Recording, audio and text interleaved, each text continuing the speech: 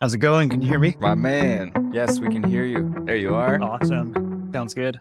I hope you're having a great day today. Absolutely. Can you see the chat? Are you able to see that? Yep. I'm just figuring out how to navigate it all here. Yeah, no worries. Take your time. Really quick before we jump in, though, for all of our international people, you guys don't offer Humboldt County's own internationally, do you? No, not yet. We have some distribution there for a while, but it's definitely Canada and UK are going to be our focus for this coming year, just to really get everything registered and get our distribution dialed. We're all over the place as far as locations, time zones, and everything else. So if you're ready to get started, Let's dive in. All right, tell a friend to tell a friend. We're getting it rolling. Welcome, everybody. And first of all, thanks for joining up on this early mellow session filled with inspiration and fun, brought to you by Ton. If this is your first smoke break, go ahead and drop some emojis or some stickers in the chat. If you don't know about killer tea, well, you're about to know some of the best stuff you could possibly use in the garden. Who's got the tea? Who's got the spliffs? Let's get this freestyle smoke break session sparked up properly. If you're ready to roll one, I'm ready to drop it. And we'll get right into this. As you guys already know, you are now tuned into Smoke Breaks, the world's dankest podcast. Spliffs on spliffs of the most fire conversations from around the globe surrounding culture, history, cultivation, and the breeding of cannabis. All that and a lot more brought to you by the Upper Node. So go on and light that spliff and get into your zone as this epic Smoke Break episode unfolds. Today for EP446, I'm super excited to be here with our community's favorite nutrient brand. Hailing all the way from Northern California, you already know the deal. And if you don't, this is about to be one epic episode featuring none other than Humboldt County's own. From their simple 3-part blend to the snowstorm to the killer tea, they've got what you need when it comes to hit the next level in your grow. So tune in and say hello, say what's up. It's an honor to be here with our friend Trevor of Humboldt County's own today. Humboldt County's own started as a small family-owned business located in the heart of Humboldt County that's been mixing it up since way back in the early 90s. When it comes to giving your plants nothing but the best, they're my personal favorite. You guys already know that. So if you're here and active in the chat, once again, let's show Trevor some love and let's get this smoke break started. Thank you. I appreciate you guys having me here. You know, I mentioned I personally use the line myself. I've been using it for a very long time, whether it's the complete lineup or just in parts with other things. I love it all. Nothing really compares. That killer tea, really something else. You know, we'd like to see it. I'd like to see a lot more people growing with it. Have more fire for everybody. You know, I think I told you a long time ago when we first talked about my cat. She got into that killer tea, man. She got into that killer tea and turned into a lion. I woke up to a lion. That's how I know some good shit. You remember that one? I think it was so long ago. Oh, yeah. Before we get into the product lines, I want to give people the foundation and a good history of Humboldt County's own. Wherever you want to start. Yeah, definitely. Humboldt County's own was not something that developed from a group of investors and scientists sitting down at a table and figuring out how we could make a few products and get the most amount of money possible for them. It had a very different start. So Phil, who invented all the products, developed all the products, owned a retail hydroponic store here in Humboldt County. And the city came in and basically said, this is owned manufacturing. You have to manufacture a product in order to continue with your retail store. Phil had always been playing with different products. He liked the magic of products. He wasn't looking for kind of just another PK booster or something. Like he wanted to find the absolute best way to develop something and see what it would do to plants. And for him, the fun was in handing the products out to his neighbors and getting them to come back and go, you won't believe what just happened. Or coming back and saying, hey, nothing happened. What was this? And that was what he enjoyed. When he had to manufacture something, he actually started with the sonic bloom. And at the time, all he was doing was basically taking raw material, putting it in a bottle and saying, here you go, I manufacture a product in the building, and they could continue with their retail store. During the process, though, he had to grow and he was playing with different products and different ideas, and definitely had some things in the works that were buzzing around the hills up here. This was 2000, 2001, 2002, somewhere in there when it really started people talking about it. So early 2000s, is that around the time it officially started? Like when he put a name to it? I would say 2001 would probably be the most accurate estimate for when he like put a label on a product, like a printed label in-house that said, here's how you should use this. And at the time, it was really a draw for local customers to come in and say, hey, if you spend this much, you're going to get a sample of this, or we got this exciting thing to try out, try it on a couple plants and let me know. And he enjoyed that part of it. It was a community thing people enjoyed, and it was fun for him. It was something he enjoyed. But through that, he knew that he had a few products that, looking at them on paper, should do something really magical. So he had started with the Snowstorm and Purple Max at that point and really started honing those products in, working with neighbors, and really started figuring out how they work and what was causing them to work the way they work, playing with different ingredients, different ratios. And pretty quickly, word got out, and he had sent some product to the Bay Area to some people that he knew. And within a couple months, at the time it was Sunlight Supply, one of the large distributors, and Spare Time Supply, who we still work with now. They had heard about it and said, hey, we're hearing about this product. What's it going to take to get it? And what's the price of it? At that time, he hadn't even thought about what it's going to cost to make or anything, because it wasn't really a product. And from that startup there, like I said, it was really something just fun and local he enjoyed doing with existing customers. Right. It really started to turn into a business. Everything grassroots, everything at that time was hand filled by Phil, his wife, Gail, and their son, Nathan, in their back of their hydroponic store. So it was mixed in barrels in the back, hand filled and hand sealed with a hand sealer. Labels were put on either with a pretty low end machine or by hand. And it honestly took off pretty quick from that point. And so, yeah, a couple years of doing that. And really one of the things with Phil was he wanted the product to be perfect. So it was never a rushed thing that was like, let's just get this out there. So it was 2005 when the first semi-automated bottling line was ordered to ramp up production. And that went into effect 2006. They started producing it with a semi-automated machine, still hand capping and everything. It was only a few years after that, 2007, that we went fully automated and got the first big bottling line that could actually produce large volume.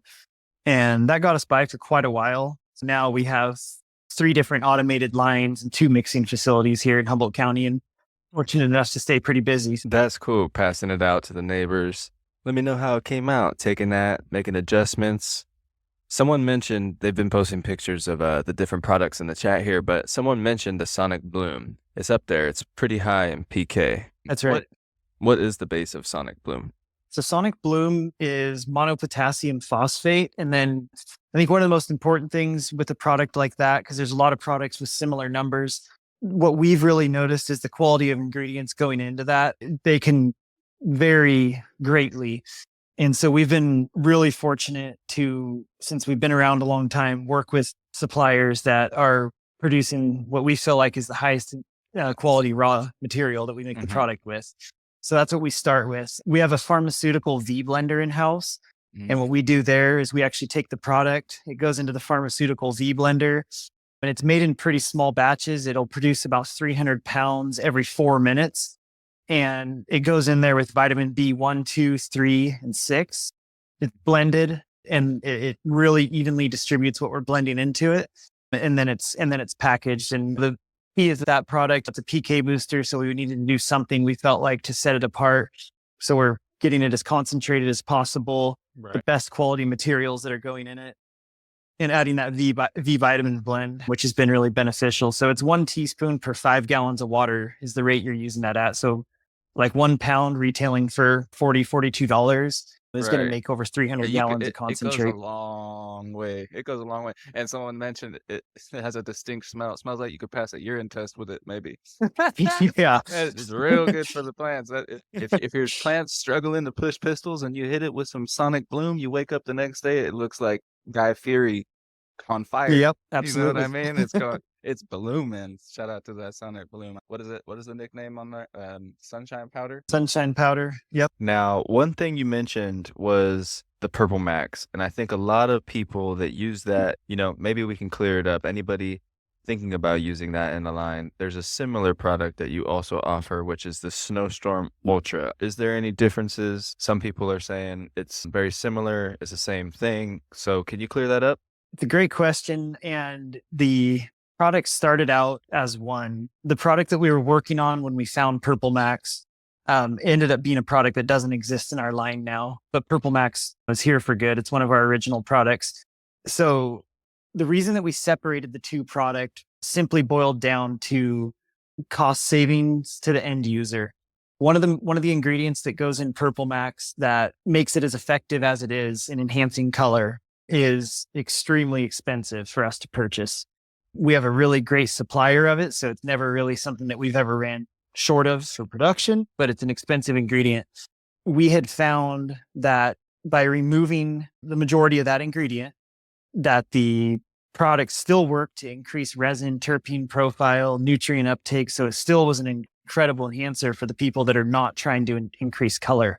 So when we first released Purple Max in 2000, we'll say just right around there, purple was all everyone wanted to talk about. It was just, there was nothing else. As times changed and it all comes back full circle again. But yeah, the snowstorm really had a home because it's almost half the price. And if a person is not growing a genetic that they want to push the color on, snowstorm's probably one of the best enhancers, in my opinion, that I've ever seen across the board. You can add it in with anything that you're currently using and really push that genetic potential and really get that genetic to shine. Absolutely. I love that stuff. I use it as a foliar. I use it in all my blends, whether with the full line or not.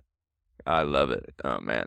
So can you tell us what Snowstorm is exactly? Snowstorm is a blend of food grade amino acids, actually. And amino acids is really loosely thrown around. And often people are just using a really cheap run of the mill blend. Costco blend? Exactly. Just dump it in. And maybe I've seen a difference. Maybe I didn't. It's the placebo. But yeah, we're using a really specific amino acids and high quality versions of those. And we've really figured out what works with the product.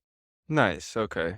Thanks for that. So, all right, here's the one. Can Snowstorm and Purple Max be used together? Technically, yes, but there's going to be no benefit to that. The only reason so the only way that would be beneficial to use them together would be if, let's say, a person like some of our guys in larger facilities where they're feeding really large volumes of product, they're feeding the Snowstorm Ultra as a foliar application through veg up until, say, the second week of flower. And then they're going as a root drench from week 2 to 4.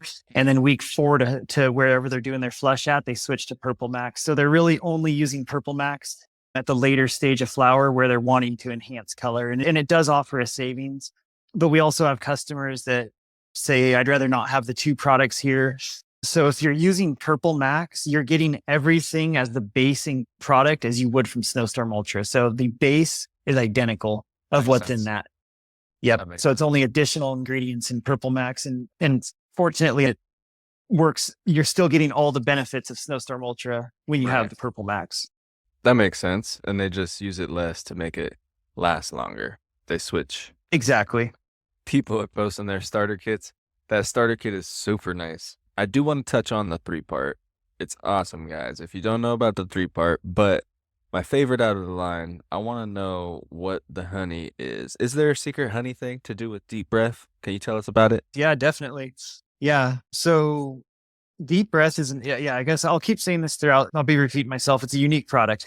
It was one of those products that set in development here with us for a long time.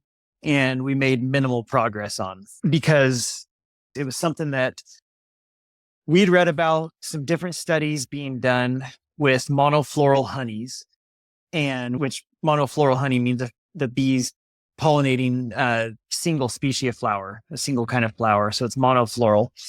And there was like 2 or 3 from around the world that they discovered that when fed to plants at certain concentrations, encouraged the plants to metabolize CO2 faster, which obviously with plants metabolizing CO2 faster at a more rapid rate, they're growing faster. Now with some products that are encouraging growth in the vegetative stage, you're not getting growth that you want. You can make a plant stretch like crazy and have 8 inches between all your bud sites. But that's what we were afraid was going to happen. But we're like, look, play with this product. It was a product that Phil had worked on for quite a while. And we had little bits of promising things that we were seeing, but he wasn't happy with it. And when we discovered what it was, the ratios and the honey that we're specifically using still to this date now, of course, it was a night and day difference. And so it's really priming everything to go into bloom. So it's helping tight internodal spacing, healthy growth. It's like you're shifting down a quarter mile in a race for anybody that likes driving fast. The nutrient line put together with that deep breath in there is like right before you hit fourth, fifth gear, going into that bloom. It gives it that extra push. And then you switch over to the G10. Oh man, game over. Stacks on stacks on stack. Yeah. Yep. Absolutely. Yeah, absolutely. And those two don't have to be used in conjunction, but the two of them together, we did release at the same time because the work that we were doing here with them absolutely worked so well in conjunction that we wanted to encourage people to at least see if it was right for them with the results we were seeing. And we get a lot of really positive feedback on it. We sell Deep Breath to some pretty large scale greenhouse grows. And then also some of our smaller scale customers like it just because they feel like it really pushes everything before they're in flower. Yeah, that's awesome. And so touching back on the 3-part, I wanted to clear one thing because people always see in the mixes or other mixes, the cow mag. Mhm. And you guys went straight for the magnesium. I think that's unique in and of itself, right? Is there It is. so in the 3-part blend, is there any calcium additives? I know you have the sulfur calcium percentage in that micro. Yeah, so we did do something a little bit unique with that. And I think people, once they see how we put it together, they like it. So our micro, which you're using from basically from transplant until you flush at the end, has 5% calcium already blended into it. Okay. Yeah, so there's been, I will say, very rare occasions in certain cocoa blends and stuff where people have felt like it's beneficial to add a little bit more calcium.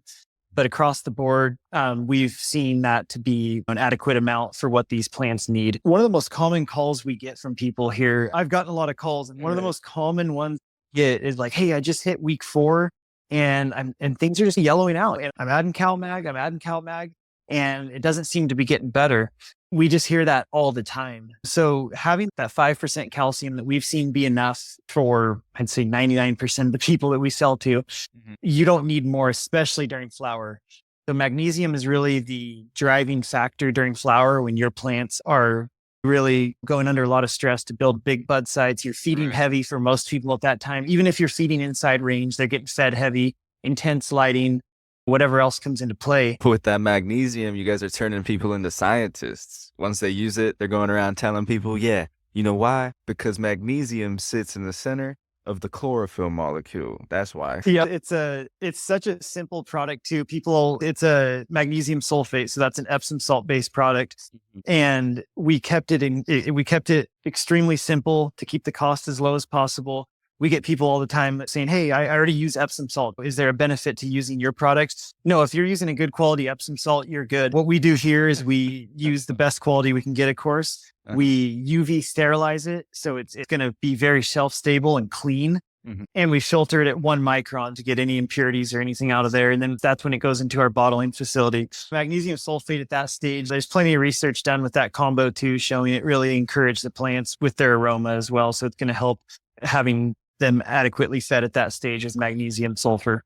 So our calcium, just if I wasn't clear on it, is already in the micro. The magnum we separated because we have magnum already in the base nutrient. We have magnesium in the base nutrient as well, but you just need more magnesium later in flower to ensure they don't yellow out. Makes sense to me. I like that. Sorry for jumping around on the different product lines. Oh, don't be sorry at all. I don't want to be mistaken. I always say maybe there's some silica. Is there any silica in the blend in your guys' kit? We do not have a silica product at this time. We were messing with a lot of the products, and the 3 parts included. We had fought not to get into base nutrients, but at the time our distributors were really pushing for us to have a full line. And the reason for that is, how do we make substantially better silica that stands out? Phil never had interest in making the same thing as someone else and competing in the same market and going a couple bucks more expensive or a couple bucks cheaper and doing that. He was really always looking for products that would just stand out as what they are. So the silica product, I don't know if we're going to end up releasing one in the future or not. There is a lot of great options currently on the market. And that's why we haven't released one yet. Maybe in the future. Yeah, that'd be a cool one to see from you guys. Yeah, absolutely. One thing I noticed on the feed chart, the feeding schedule, I think it's online, and then there's the printed version. Maybe I came up with the theory in my head of cutting the killer T out on the first 2 weeks of bloom and then reintroducing it.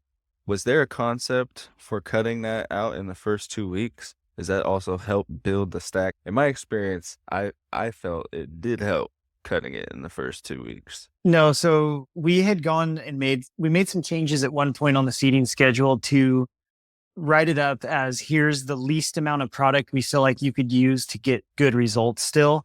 And unfortunately, and looking at it now, it was a bad choice. It confused people because it was like, wait, we get people calling and saying, oh my gosh, I'm at week 1, I fed it, are my plant's going to die? No, definitely not. We had found that when using it through veg and encouraging good root growth, a healthy system, healthy plants, and then jumping back in mid-flower and really encouraging the terpenes and that finish that we all know Killer T pushes, we had found that little middle stage, it was less important than the other stages, but it's beneficial at all stages. I'm going to be posting probably next week how and when to use Killer T on our Instagram because it is a common question.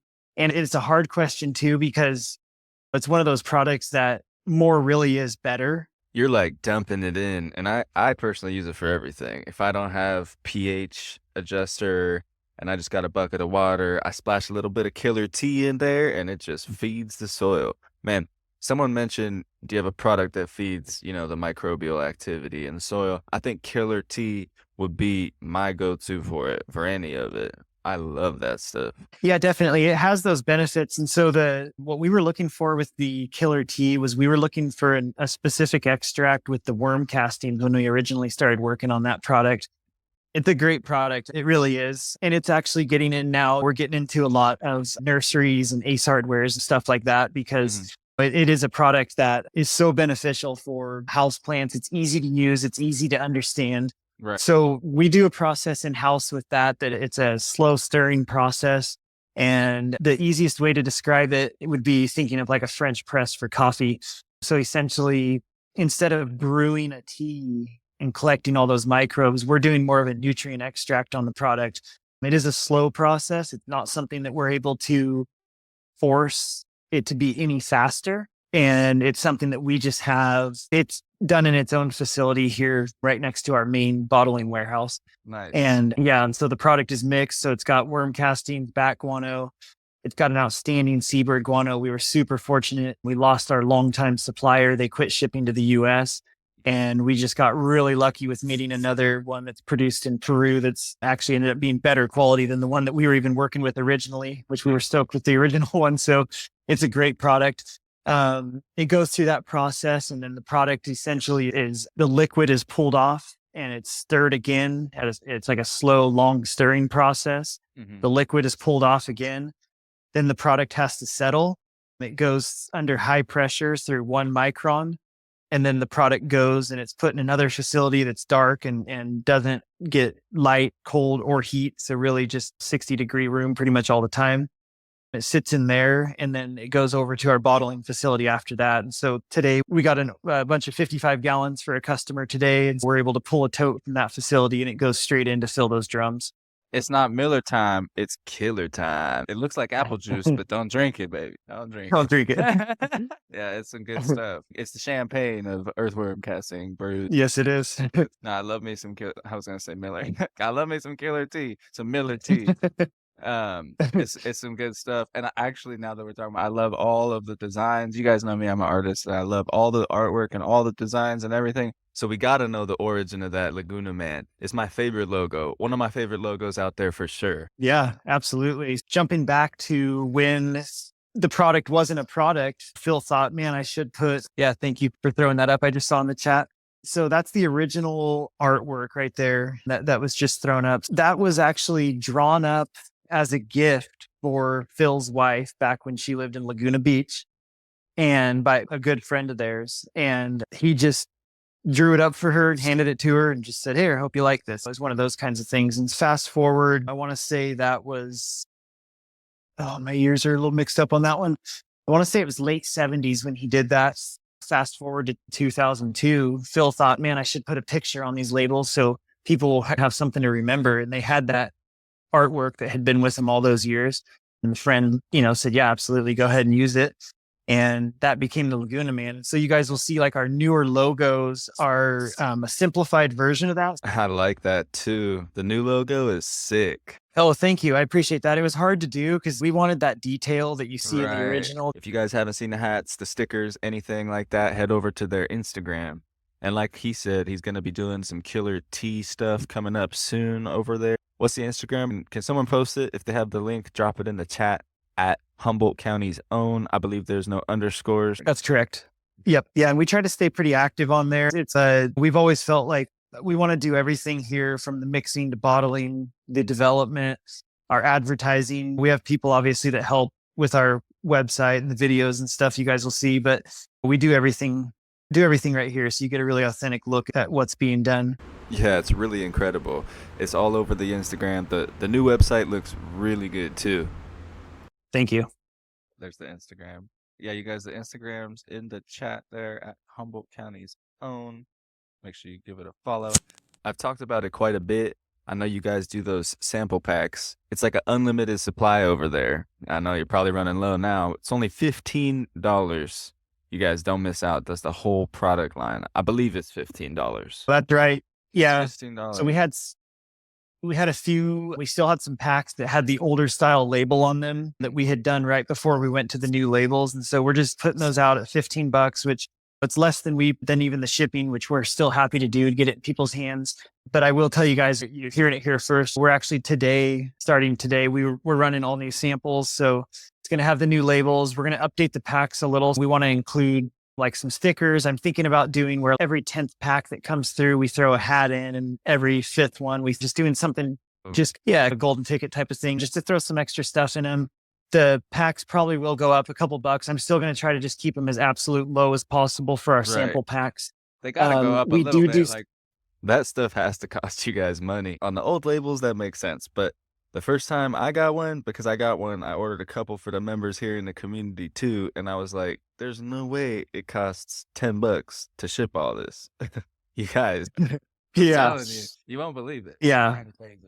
Definitely. They're generous size samples. We always wanted to make it enough where a person could actually see the product work because we do believe in it. But yeah, we're doing that. We have a few other products that we're playing with here, and we're going to potentially, if depending on how that goes, we'll be throwing some different things in. We also do have on our website now, so you can order, like we just released a new catalog that has a lot of great information in it, a completely new one. So if you go on the website, just at the bottom of the homepage, there's a simple form you fill out. It's free. Catalog ships right to your door. Nice. A new catalog? Yeah. So do you still have the giant pumpkin in there? Still got the big pumpkin? Think we did in this one. No. Dang.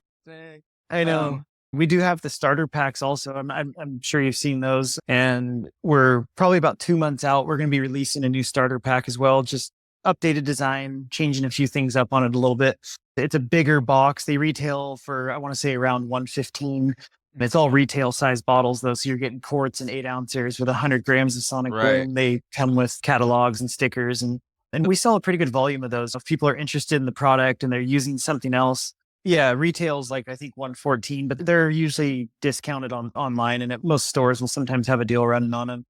But yeah, those are going to, again, like with any of those types of things, all of our products, we know we have a line that we feel like is a premium line. We know that the products are not cheap. That was never what we were going for, but we try to be really fair with where we price them. We haven't raised our prices in over 4 years now with the price increases of everything these days.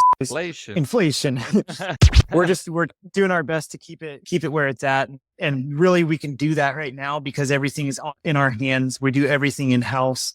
And so it really helps us there. Do you guys have a farm out there too? Curious, what you guys are growing over there. What you got growing genetics wise? Anything you got your eye on? You got any shout outs, breeders, other brands? Man, yeah, I had a few larger places for 15 years. Currently don't have any commercial places like that, just through market shifts. And also the biggest reason being this takes a lot of time and dedication here. We're here a lot, whether it be bottling or we're traveling a lot for work. We go, as our team here handles all of our sales. We just went to Albuquerque. We just went to Oklahoma City. We're heading to St. Paul. We'll be in Vegas in a few months, LA, Santa Rosa. So we're all over the place. Mm-hmm. Yeah, but we have a lot of people. I feel there's still the emphasis on quality here locally with a lot of our growers is that a lot of guys that I know is great to see. through all the changes. There's the people that were really discouraged with it, with legalization, which I can understand both sides. But yeah, there's a lot of people that embraced it as well. Some friends of mine, Exotic Flavors over in Honeydew. If you guys haven't checked their page out, definitely check them out. Their place is incredible. It's one of my favorite places to go. Most of the guys here that work here at the shop definitely still just maintain a small garden for themselves and some craft stuff. Exactly. Absolutely. Yeah. Once again, if you guys are in the chat, show some love for Trevor for coming up here and giving tons some community love for the day. I appreciate you doing this. Normally we'd have some cool stuff for the art going on, but if you're interested and we can convince you to work on some of the new products, I'm sure you guys have a couple other things up your sleeves. I've got a pretty neat custom run of hats we're doing coming up here. And so I know I just approved artwork on those today. So those are going to be something that I think people are going to really like. Yeah. And just to make sure we can give 3 hats today for the members. We got 3. Yeah, please do. Please do. Awesome. I want to open up the chat to anybody that might have any questions that I missed. The phone died. Did we lose him? Oh, there. Yeah. Sorry, I lost you guys. I was like, oh no. Sorry. I don't know what just happened. I took a picture of one of the hats we were just doing. See what you guys think of these. Maybe we'll do these for our giveaway here. I'd seen a question earlier. Where I lost you at was just when you had said anything that we missed. And I seen a question earlier that I thought was a good one, and I think we might have missed it. And it's a common one, so I'll jump back to it. Hopefully, the person that asked it is still on here. Why not use Crystal Burst and Sonic Bloom? Drop the knowledge. So it's both are PK boosters. One's a liquid, one's a powder. The reason that we're offering both is because some of our facilities that are bigger, they just want to go right into a dosatron and not have to worry about mixing anything themselves. So Crystal Burst comes into play then. I get a lot of people calling that are using Sonic Bloom 1 week and Crystal Burst the next, or Sonic Bloom for week 1 and Crystal Burst for week 2. There's you can totally do that, but there's not going to be any benefit to your plants. You're not going to get anything more out of the product. So I just wanted to jump back to that. So if you look at the feeding schedule, that does list as Sonic Bloom or Crystal Burst, and it's Snowstorm or Purple Max. A good question, though. I just wanted to get back to. Thanks for that. That was a good one for sure. When it dropped out, I just said I wanted to open it up for anybody that may have some questions for you. And I also said, we talked a lot about Humboldt County's own, the rich history of it, the quality and differentiation of the product lines and their effectiveness. But I want to open it up and talk a little bit about Trevor. You've been with the company forever. So being a new friend of the upper node, I want people to get to know you a little more. And if you want to give us some insight about you and your relationship with cannabis, that would be pretty cool. Yeah, definitely. I've been growing just plants in general for as long as I can remember. We had a huge garden when I was a kid, over 5,000 square feet of vegetables. And then it's still in the same spot that it was now. So I always just enjoyed growing plants. I started growing cannabis, I want to say 2007, and really enjoyed it. Plants were it's such a fun plant to grow. It's a responsive plant when you're growing it. And genetics, who couldn't get obsessed with all the different genetics? Right. It's just, I fell in love with it right away. I had known Phil prior to working here for quite a while, just through the store. And I had a decent sized grow at the time up in the mountains here. And I got a job at a place here locally and was talking to Phil one day. And he was telling me, hey, we're doing this bottling thing. We're expanding. I'm looking for someone that understands mechanics and can put these bottling lines together. Would you want to come check it out and stuff? And so I did. And I've been here pretty much ever since. I've really enjoyed it. It's been a fun journey. We started out, like when I started here, there was one employee. We had it was a pretty small warehouse. We would work when we needed to, most days type of thing. And now we have, just from where I'm sitting right here, I can see 4 different facilities, just whether it be our shipping warehouse, our production, our mixing. Right. I took the picture of the hat there in one of our mixing rooms. So there's 4 1,400-gallon tanks in that room specifically. It's right behind. Whoa. Yeah. That's great. Anyone else has any other questions? Feel free to shoot them out. I saw one there. It said, do you top dress dry amendments or do you mix it in the water all together with the liquid fertilizer too? That's a good question. You can. As far as your bases go, I feel like that really goes down to a preference. We again, went with the highest quality we possibly could with all our raw inputs, got it as concentrated as possible. We added a really high quality omri-listed kelp to the grow, and we have molasses in the bloom and the micro. You're feeding that all the way through. So that's what sets our 3-part into a class of its own. But for a lot of the people that we work with, they're only looking for one specific product. And so Humboldt County Zone started out as an additive company, and that's still to the core what we are today and what our focus is. So a lot of the people we work with call and say, hey, I'm using drip hydro for my bases. It's going good, but I feel like I just want to just add this. And we can really specifically work with them to get them a product to enhance that, instead of saying, no, we have these 11 products you need to use instead. Right. We have people that top dress organics and just want a booster midpoint through flower. We can do that. And so that's always been our focus, and that's what it's going to continue to be. It's a very versatile line. So I guess to answer the question, you can go either way, because I myself do that. I got a strong soil base, and I'll just tap some of those additives in here and there with that killer tea every once in a while. Maybe hit it with the 3-part before I top dress again. You know, it's a very, very versatile line. Yep, exactly. Yeah. So if a person did want to top dress, by all means, absolutely. There's great options out there. You can top dress and just use our additives to really reach the full genetic potential. We're out here expressing genes to their fullest genetic potential. That's right. Guys, once again, I really appreciate you coming up here, and everybody who's tuned in, I appreciate you too. Let's go ahead and light that chat up. Show Trevor some love one more time. You are tuned into Smoke Breaks, and this was EP446 today with our community's favorite nutrient brand, Humboldt County's own.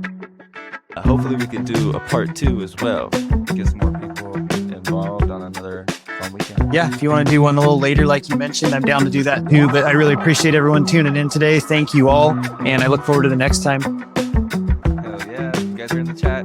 Wish Trevor a happy weekend. And thanks again for joining 10 and doing a smoke break with us. I really do appreciate it. I know we've been trying to get one together for a while now, so having it actually happen is one of my favorite brands. I really do appreciate it, brother. Awesome. Thank you. And for anybody who's in the chat, we are going to be doing the giveaways for 2nd and 3rd place. If you want to hang around, I'm going to hop off here for about 5 minutes, so make sure you stick around. I'll be doing another announcement if you guys want to jump over there. Once again, this is Smoke Breaks EP446 with Trevor from Humboldt County Zone. Keep your vibe. Nothing but white ashes. Actually, I don't even know if that's a hope or not. I just like the white ashes.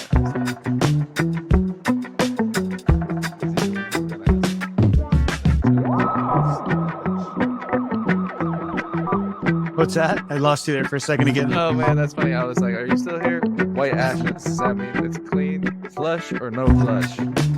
Are you flushing? Are you not I think that- flushing? And then the white I think ash. it boils down to preference. Yeah, so I really think flushing, if you're using a good line of nutrients, you're not putting anything in your plants that you shouldn't be. I think flushing is optional, absolutely, for what the customer wants to do.